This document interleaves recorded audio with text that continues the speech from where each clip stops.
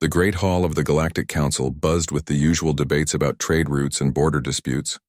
Representatives from 1,000 worlds sat in their designated areas, their various forms creating a rainbow of colors and shapes under the dome's artificial lighting. But one topic never came up in these meetings. One system was never mentioned in any official document or discussion. Sol, the third planet of that yellow star, remained the galaxy's greatest secret. Ancient laws forbade any ship from entering that sector of space. No trade routes passed through it. No exploration missions were approved anywhere near it. The records called it the Forbidden Zone, though most beings had forgotten why.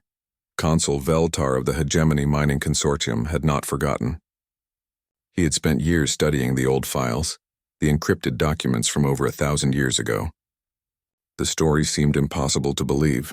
A single species that had nearly brought the entire galaxy to its knees. Beings called humans who had spread across dozens of star systems before vanishing as suddenly as they had appeared. The official records were sparse and often contradictory. Some spoke of terrible wars that left entire planets as smoking ruins. Others described technology so advanced it seemed like magic. But all the records agreed on one thing. The humans had stopped expanding and retreated to their home world. Then they had gone silent. Veltar stood at the viewing port of his private ship, staring at the star charts displayed on the screen. His mining operations had been successful across the galaxy, bringing wealth to both himself and the hegemony. But the greatest prize remained untouched, protected by laws that seemed based more on fear than fact. Consul, his aide approached carefully. The survey reports from the Outer Rim are complete. The quantum crystal deposits there are nearly exhausted. Quantum crystals were the foundation of faster-than-light communication and travel. Without them, galactic civilization would collapse into isolated worlds unable to contact each other. The demand was enormous and the supply was dwindling. Veltar had teams searching every known system for new deposits. What about the deep space scans? Veltar asked without turning from the star chart. Sir, we found several promising signatures, but... The aide hesitated. But what? The strongest readings are coming from the Sol sector. Veltar smiled. He had expected this news. The old records mentioned that the humans had been mining their asteroid belt before they went silent. It made sense that quantum crystals would be found there. The question was whether he had the courage to claim them. Show me the detailed scans, he ordered. The screen changed to display the Sol system. The third planet appeared as a blue and green marble, covered in swirling white clouds. It looked peaceful and beautiful. Veltar found it hard to believe that such a lovely world could have been home to beings capable of terrifying an entire galaxy. The asteroid belt shows massive crystal formations, the aide continued. Our estimates suggest enough quantum crystals to supply the entire galaxy for centuries.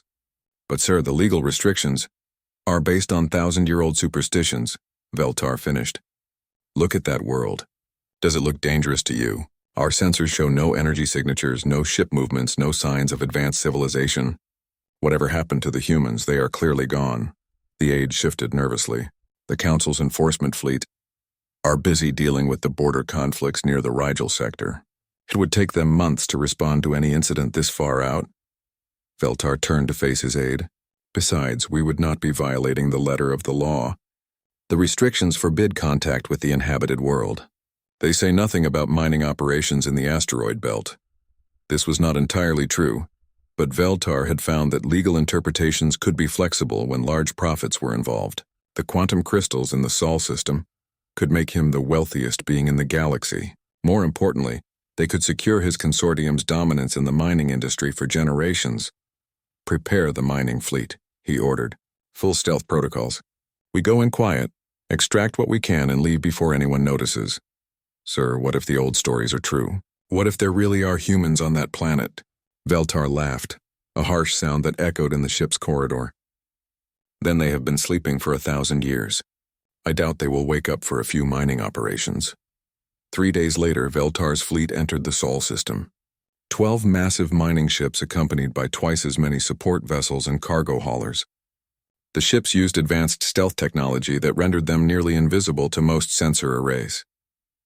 They moved slowly and carefully, avoiding the inner planets and heading directly for the asteroid belt. The sight that greeted them was beyond their wildest expectations. The asteroid belt contained more quantum crystals than any survey had suggested.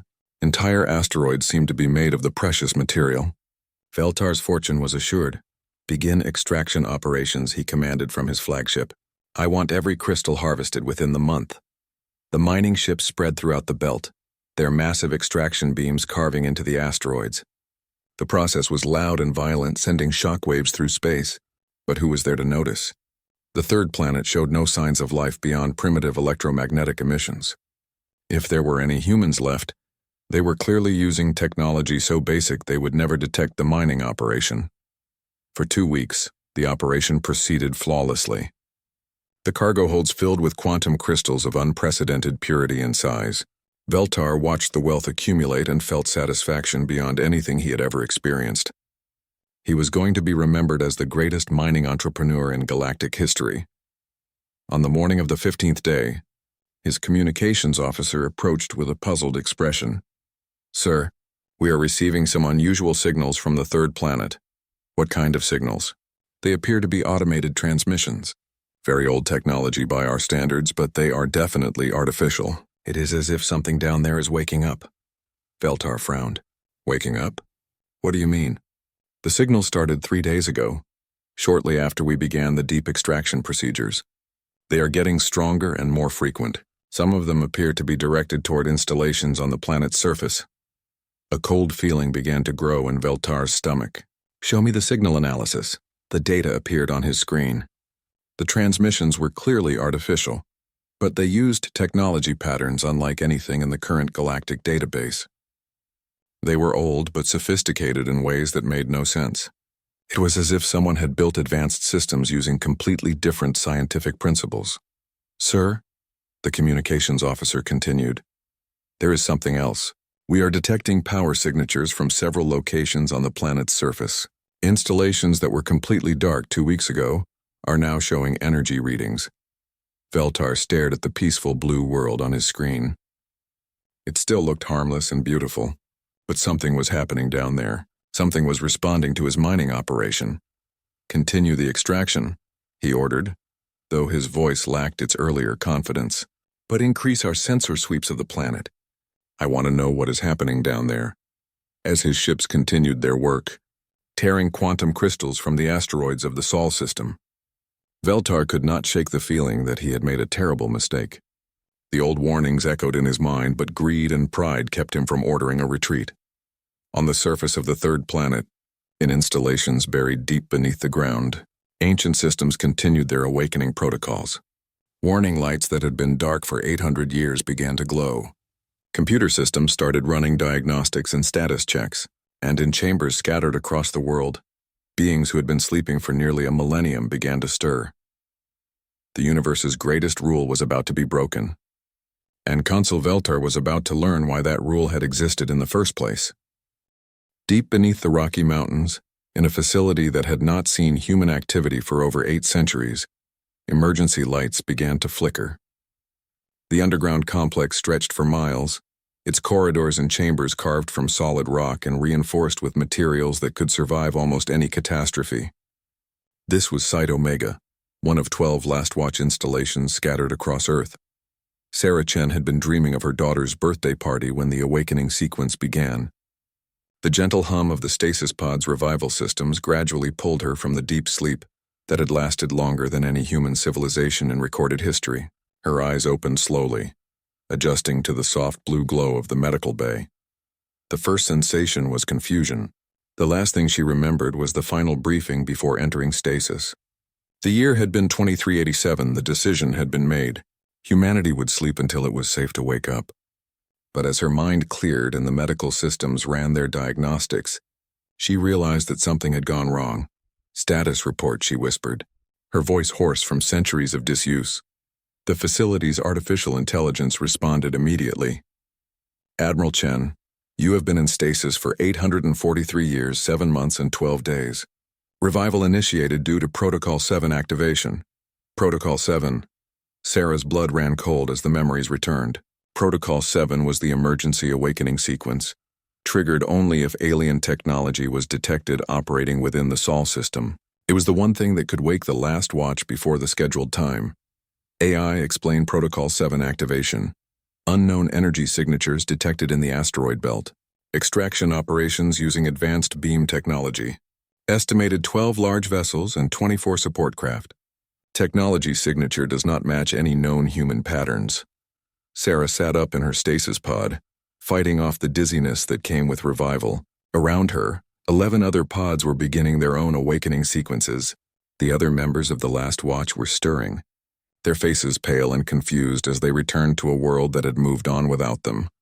Admiral, the AI continued, initial scans suggest the unknown vessels are harvesting quantum crystals from Belt Station 7. Through Belt Station, 19 mining sites. Those bastards, muttered Commander James Park as he emerged from his own pod. We leave the galaxy alone for 8 centuries and they come to rob our backyard. Sarah stood on unsteady legs and walked to the command center. The screen showed her a view of space that should have been empty. Instead, she could see the energy signatures of massive ships tearing apart asteroids that humanity had been mining for generations before the Great Sleep. How many of us are awake? She asked. 12 at this facility. Site Beta reports 11 successful revivals. Site Gamma shows 10. All other sites are still in deep stasis mode. 33 humans awake on a planet of 8 billion sleepers. It was exactly what the Last Watch protocol had been designed for. The minimum crew needed to assess threats and make decisions about humanity's future. Display historical records. What happened after we went to sleep? The screens filled with data collected by automated monitoring systems. For the first century after the Great Sleep, the galaxy had continued to function normally. Trade routes operated, wars were fought, civilizations rose and fell. But there was one constant. The Sol system remained untouched. AI, show me galactic political structure. Current information unavailable. Last reliable data from approximately 400 years ago shows the formation of something called the Galactic Council. No direct communication has been attempted with Earth during the monitoring period. Sarah studied the data while the other awakened officers gathered around her. They were all military personnel, chosen for the Last Watch because of their ability to make hard decisions under pressure. The hope had been that they would never need to wake up. The plan had been for humanity to sleep for 10,000 years, long enough for the galaxy to evolve beyond the need for their protection. Ma'am, said Lieutenant Rodriguez, the youngest of the awakened crew, what exactly are we looking at here? Sarah sighed. The younger officers had not been alive during the expansion period. They had only heard stories about why humanity had chosen the Great Sleep. 800 years ago, we were expanding across the galaxy at an incredible rate. Our technology was advancing faster than any other species could match. We were not trying to conquer anyone, but everywhere we went, we ended up dominating simply by existing. She called up old files on the main screen. Images of human colonies, space stations, and fleets filled the display. We were too good at everything. Too smart, too fast, too efficient. Other species could not compete with us economically or militarily. We were accidentally destroying galactic diversity just by being ourselves. So we went to sleep? Rodriguez asked. We went to sleep, Sarah confirmed. The greatest act of species-wide self-sacrifice in history.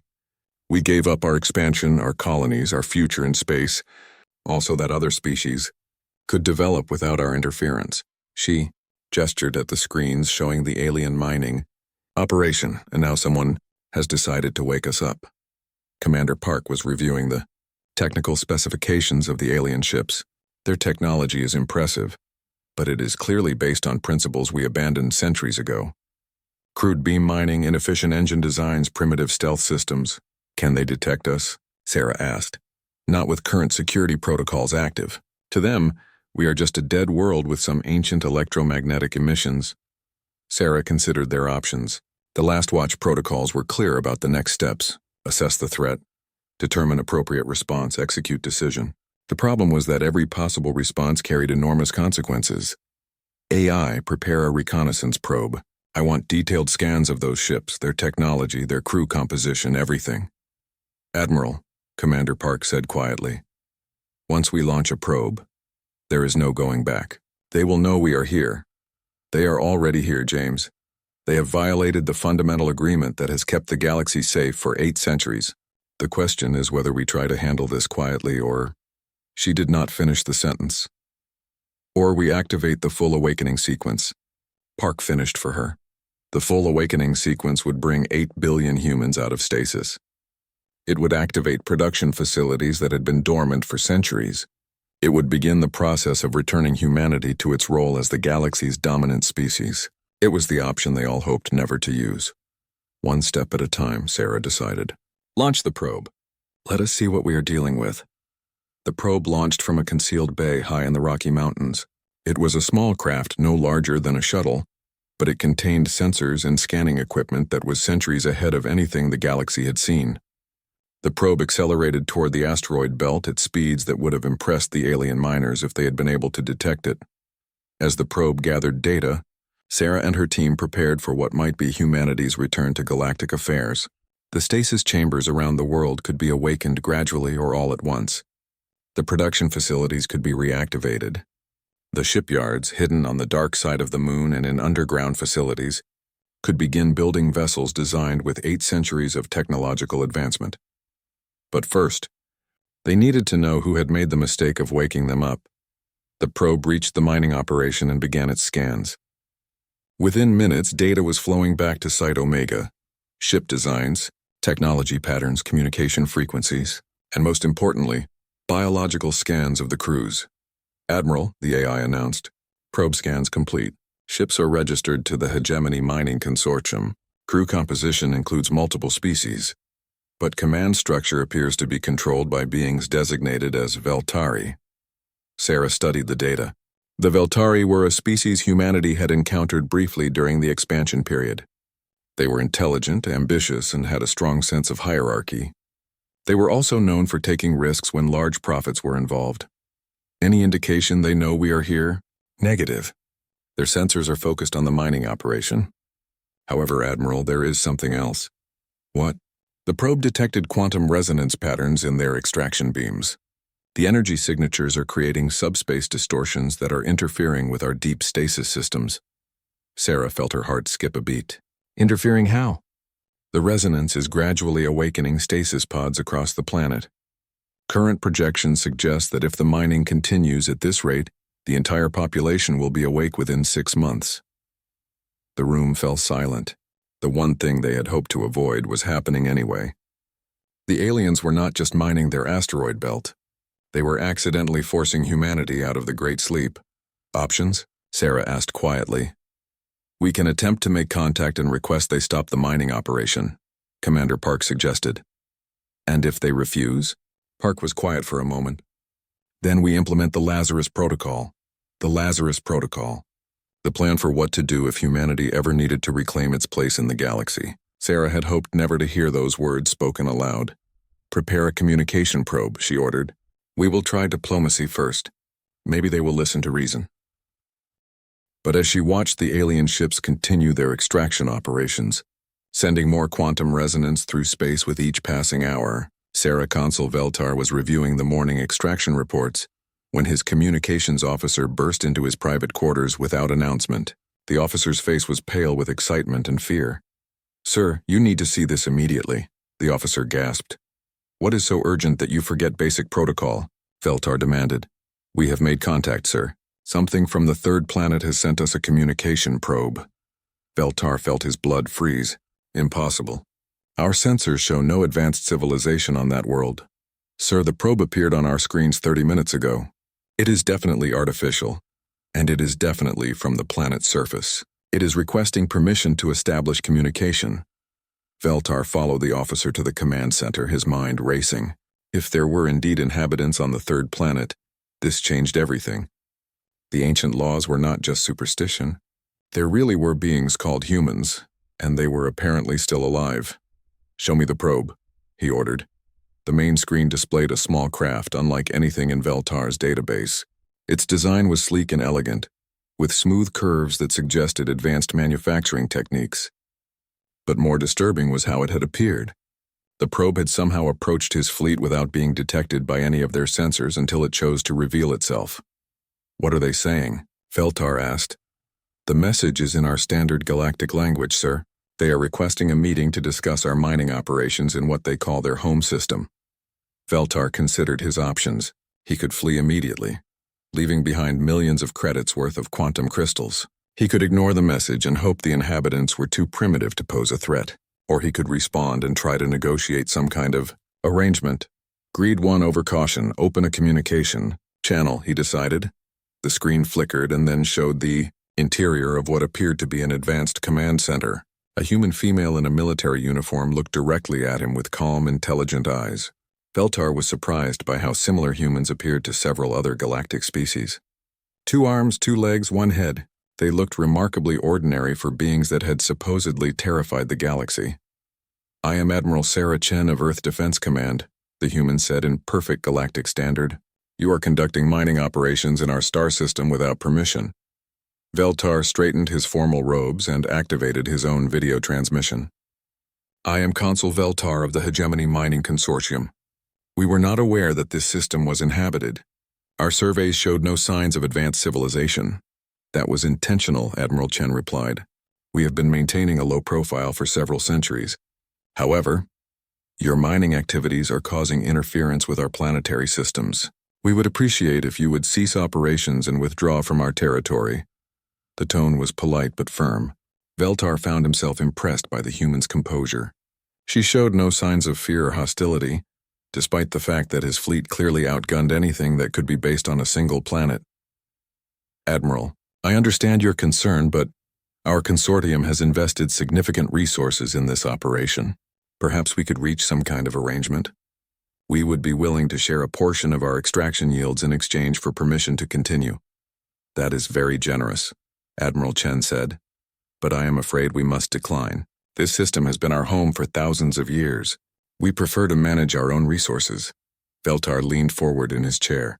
"Admiral, I hope you understand the political realities of this situation. The Galactic Council has designated this region as open space. We have legal rights to mine these asteroids under interstellar law." "Interstellar law," Admiral Chen repeated thoughtfully. "Tell me, Consul, how long has this Galactic Council existed?" "Nearly 800 years. It was formed after the collapse of the old colonial empires." "I see.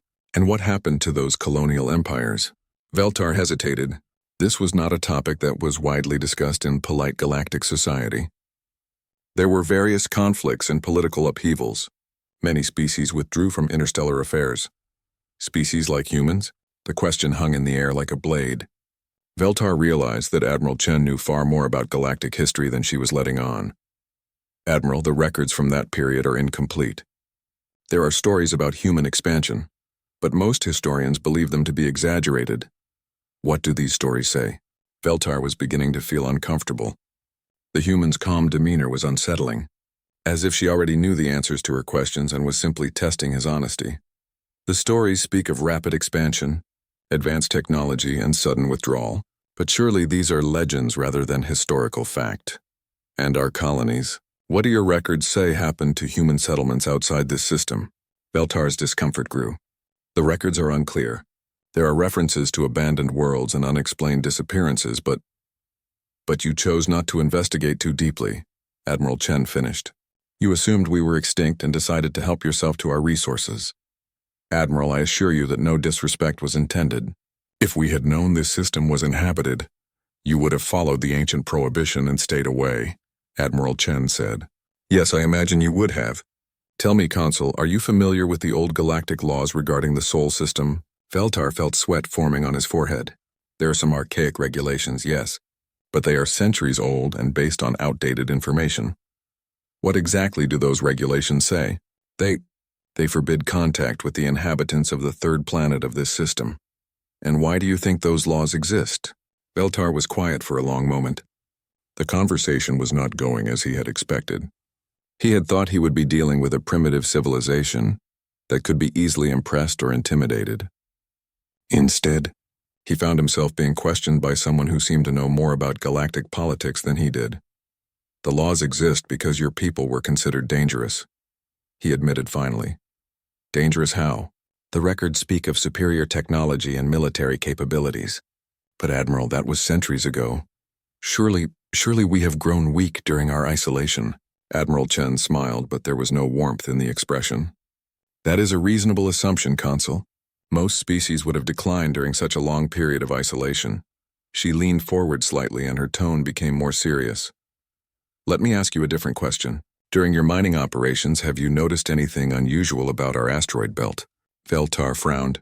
Unusual in what way? The quantum crystal formations you are harvesting. Have you wondered why they exist in such abundance and purity? We assumed it was a natural phenomenon. It was not natural, Consul. Those crystals were grown and shaped by human mining operations over a period of 300 years, before we entered our current phase of isolation. What you are harvesting is the product of technology that predates your Galactic Council by centuries. Veltar felt a chill run down his spine. That is impossible. The precision required to grow quantum crystals is well within human capabilities, Admiral Chen finished. We were growing crystals of this quality when your species was still developing spaceflight. The implications hit Veltar like a physical blow. If the humans had been this advanced 8 centuries ago, what had they accomplished during their isolation? Admiral, he said carefully, what exactly are you suggesting? I am suggesting that you cease your mining operations and withdraw from our system within 24 hours. And if we refuse? Admiral Chen was quiet for a moment, studying his face through the communication link. Consul, let me tell you something about human history. 8 centuries ago, we made a choice. We could have continued our expansion across the galaxy. We could have established colonies on 1,000,000 worlds and built an empire that would have lasted forever. Do you know why we chose not to? Veltar shook his head. Because we realized that our continued expansion would mean the end of galactic diversity. Every species we encountered would either be absorbed into human civilization or would be unable to compete with our technology and social systems. We were not trying to conquer anyone, but conquest was the inevitable result of our existence. She paused, letting this sink in. So we made the greatest sacrifice in recorded history. We gave up the galaxy to preserve it.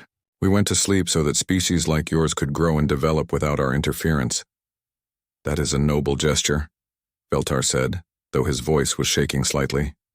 It was, but you see, Consul, that sacrifice was based on an agreement. The galaxy would leave us alone and we would leave the galaxy alone. You have broken that agreement. Admiral, surely we can reach some accommodation. The time for accommodation has passed. You were given a direct order to cease operations and withdraw. You have refused. That makes this a military matter rather than a diplomatic one. The communication ended abruptly, leaving Veltar staring at a blank screen. Around him, his command crew looked uncertain and afraid. Sir, his tactical officer said quietly. What are your orders? Veltar thought about the quantum crystals in his cargo holds. Millions of credits worth of the most valuable material in the galaxy. His fortune, his legacy. The first sign that something had changed came 12 hours after Admiral Chen's warning expired. Veltar was in his private quarters trying to sleep despite his growing anxiety, when alarms began sounding throughout his flagship. He rushed to the command center to find his crew staring at their sensor displays in confusion and fear. Report, he demanded. Sir, we are detecting massive energy surges from the third planet, his tactical officer replied. Power sources that were completely dormant yesterday are now showing readings beyond our measurement scales. Veltar looked at the main display. The planet that had appeared dead and primitive just days before was now lighting up like a star. Energy signatures were appearing all across its surface, from the polar ice caps to the deepest oceans. What kind of power sources? He asked. Unknown, sir. The energy patterns do not match anything in our database. But sir, there is something else. What? We are detecting movement. Large objects are rising from the planet's oceans. The display switched to show grainy images captured by their long-range sensors. Massive structures, each one larger than Veltar's entire mining fleet, were emerging from Earth's oceans. They had been hidden beneath the water, disguised as underwater mountains or geological formations. Now they were revealing themselves as artificial constructs of incredible size and complexity. How many? Veltar whispered. Current count is 47 major installations, sir. But more are still emerging. Veltar felt his legs grow weak. Each of those installations was easily capable of housing a fleet larger than anything the hegemony could deploy. If they were military bases, sir, the communications officer called out, we are receiving a transmission from the planet's surface. Put it on screen. Admiral Chen appeared again, but this time she was not alone. Behind her, Veltar could see dozens of other humans in military uniforms, all of them moving with the purposeful efficiency of a war machine awakening from sleep. Consul Veltar, Admiral Chen said. I gave you 24 hours to withdraw from our system. That time has expired. Admiral, please let us discuss this reasonably. The time for discussion has passed. You chose to continue your mining operations despite our clear warning. You have forced us to take action.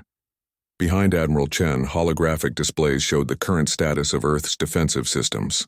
Veltar could see hundreds of installations coming online. Weapons platforms that had been dormant for centuries suddenly blazing with energy. The numbers were staggering. Admiral, surely this level of response is excessive for a simple mining dispute. This is not about mining, Consul. This is about the violation of an 800-year-old agreement that has kept the galaxy stable and peaceful. You have awakened something that was meant to sleep. As she spoke, new contacts began appearing on Veltar's sensors. Ships were launching from the hidden installations on Earth. But these were not the crude vessels he had expected from an isolated world. These ships moved with a grace and speed that defied his understanding of physics. How many ships? He asked his tactical officer. Sir, current count is over 300 vessels with more launching every minute. And, sir, their technology readings are off our scales. Veltar watched in growing horror as the human fleet took positions around his mining operation. The ships were beautiful in a way that spoke of centuries of refinement and advancement. They moved in perfect coordination as if controlled by a single mind. Admiral Chen, he said desperately, my fleet is no match for your forces. We will withdraw immediately. I am afraid it is too late for that, Consul. What do you mean? Your mining operations have caused quantum resonance cascades throughout our stasis systems. The population of Earth is awakening whether we want them to or not. You have forced 8 billion humans out of the sleep that has protected the galaxy for 8 centuries. The implications hit Veltar like a physical blow. 8 billion. The numbers his sensors were showing now were just the beginning. We will leave, he pleaded. We will return to hegemony space and report that this system is off limits.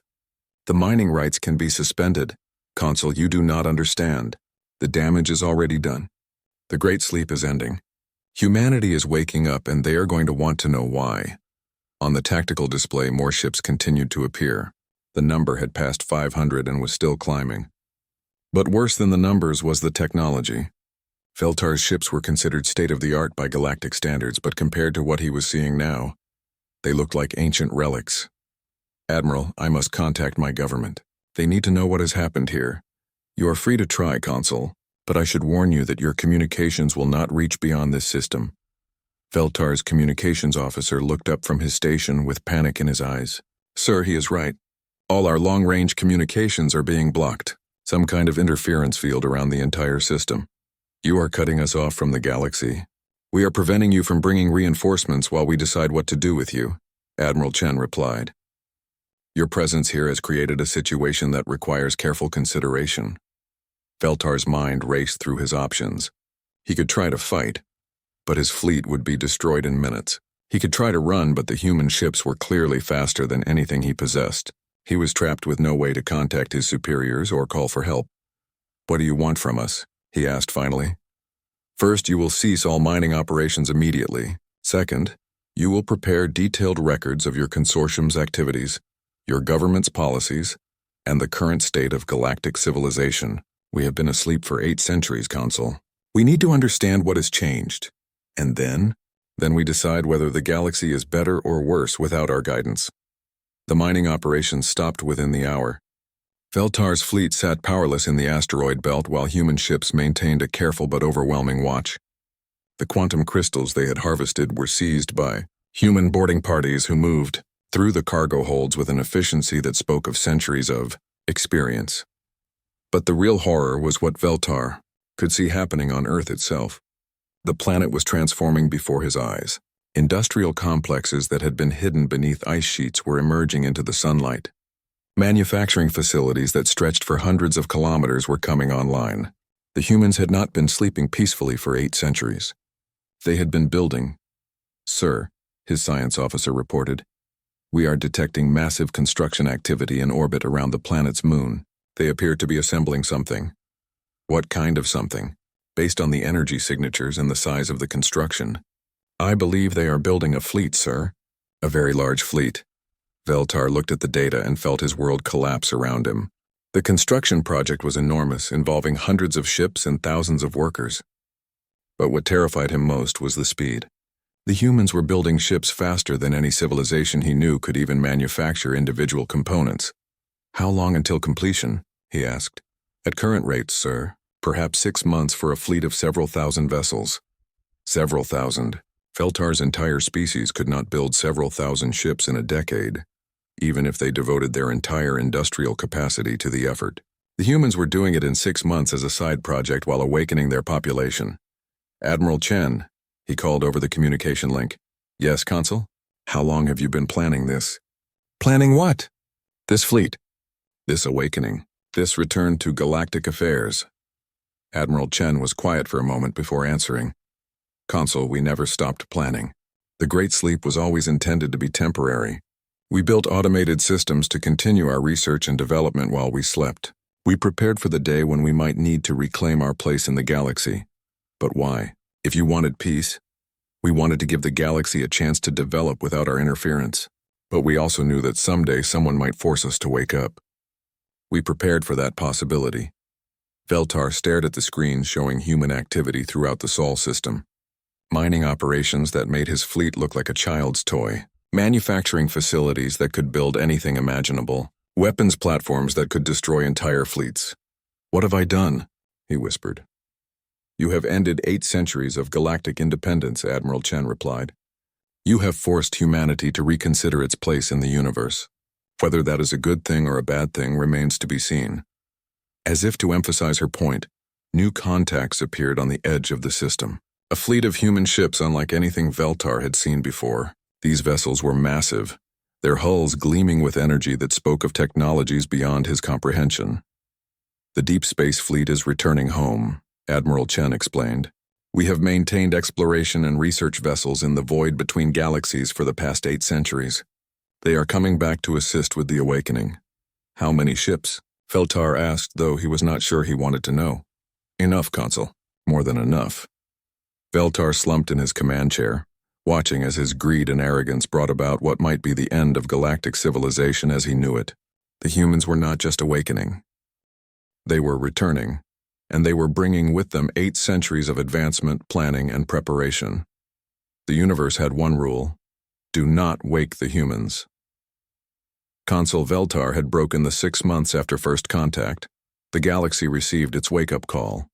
The message was broadcast simultaneously across every communication network, every emergency frequency, and every diplomatic channel known to galactic civilization.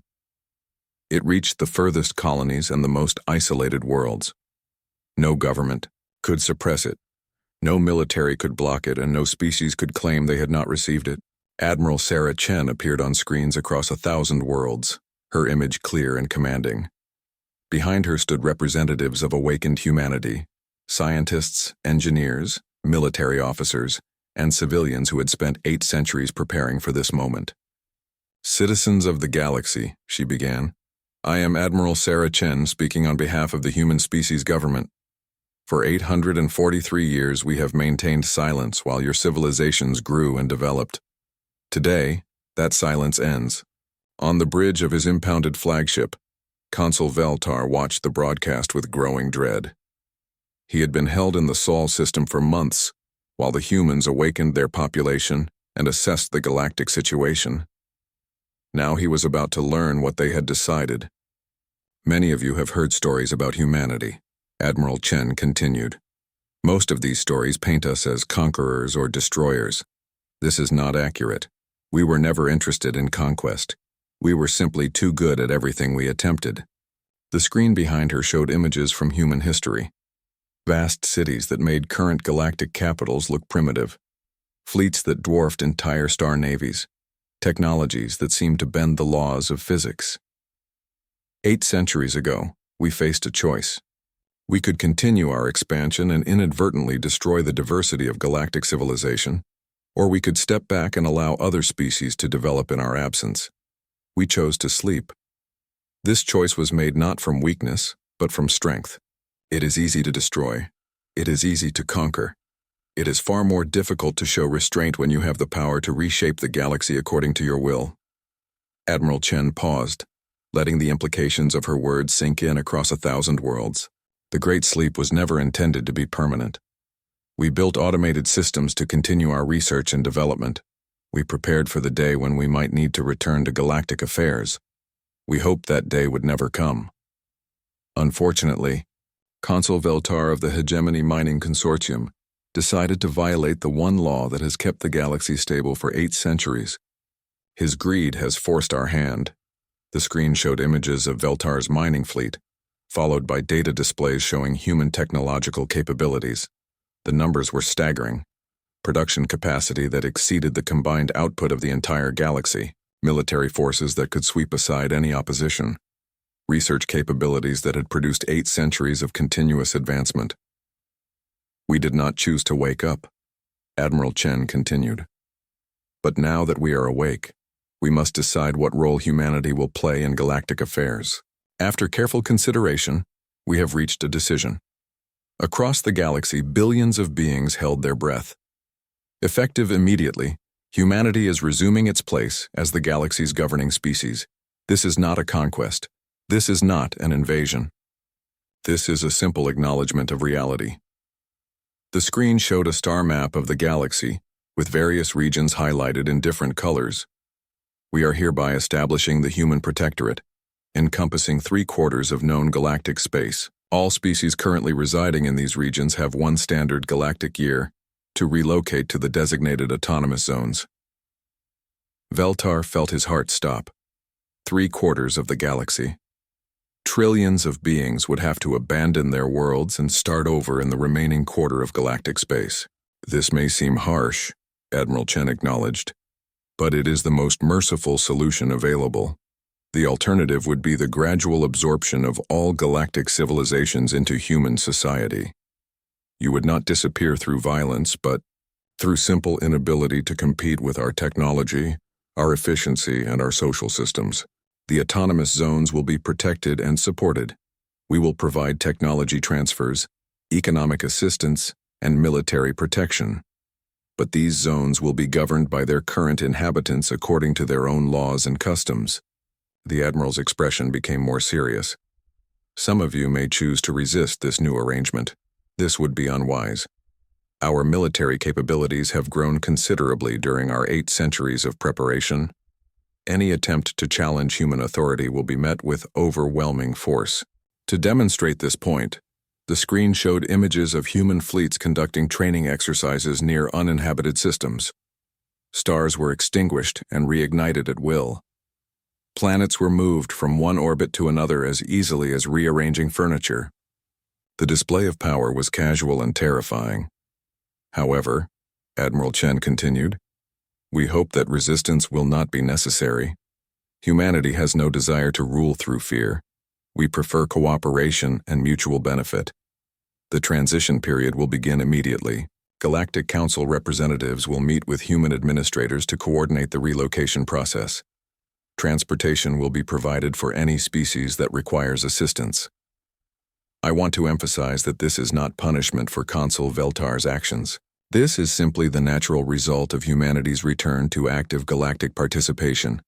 The Consul merely accelerated a process that was inevitable. The broadcast began showing detailed information about the relocation process, the boundaries of the autonomous zones, and the technologies that would be made available to displaced civilizations. But Veltar was no longer listening. He was staring at the casualness with which humanity was reshaping galactic civilization. Sir, his communications officer said quietly, we are receiving a priority transmission from Hegemony Command. Put it through. The face of Grand Administrator Plex appeared on a secondary screen. The elderly Veltari looked haggard and desperate. Veltar, what have you done? I was conducting a legal mining operation, Veltar replied weakly. Legal? You have doomed our entire species. The humans are demanding that we evacuate 17 of our core worlds. 17. Our industrial base, our cultural centers, our ancestral homelands. Grand Administrator, I had no way of knowing. The laws were clear, 800 years of precedent. Every species in the galaxy knew not to disturb the Sol system. Veltar had no answer. The Grand Administrator continued his tirade for several more minutes before cutting the connection. Similar conversations were taking place across the galaxy as governments grappled with the new reality. On Earth, Admiral Chen concluded her broadcast. In closing, I want to address the question that many of you are undoubtedly asking. Why is humanity doing this? The answer is simple. We tried isolation. We tried letting the galaxy govern itself. The result was 8 centuries of border conflicts, resource wars, and technological stagnation. Your species have had 800 years to prove that you could manage galactic affairs responsibly. Instead, you have fought endless wars over territory and resources. You have allowed entire species to go extinct through neglect or exploitation. You have made no significant technological or social progress. Most importantly, you have proven that you cannot honor even the simplest agreements. The prohibition on the Sol system was absolute and universal, yet someone chose to violate it for profit. Admiral Chen looked directly into the camera with an expression of calm determination. Humanity will do what we should have done 8 centuries ago. We will govern. We will maintain order. We will ensure that the galaxy's resources are used efficiently, and that its diverse species are protected from their own worst impulses. This is not what we wanted, but it is what you have made necessary. The broadcast ended, leaving the galaxy in stunned silence. In the autonomous zones that humanity had designated, emergency sessions of every government were convened. Some species accepted the new reality and began planning their relocations. Others spoke of resistance and alliance building. A few simply went into hiding, hoping to avoid the coming changes. But on Earth, humanity was already implementing their plans. Fleets were departing to begin the peaceful occupation of their designated territories. Colonial administrators were being briefed on the management of different species. Production facilities were ramping up to provide the infrastructure needed to govern 3/4 of galactic civilization. Veltar remained in the Sol system, a living reminder of the consequences of awakening humanity. He watched as ship after ship departed Earth, carrying humans to their new roles as galactic administrators. Many of them were volunteers who had awakened specifically to help manage the transition. Consul, Admiral Chen visited him one final time before his release. I want you to understand something. This was never about punishment or revenge. This was about responsibility. Responsibility? Veltar asked bitterly. Your species and others have proven that you cannot be trusted with galactic governance. You fight wars over resources that could easily be shared. You allow suffering that could easily be prevented. You make decisions based on short-term profit, rather than long-term stability. And humans are different? Yes, Admiral Chen replied simply.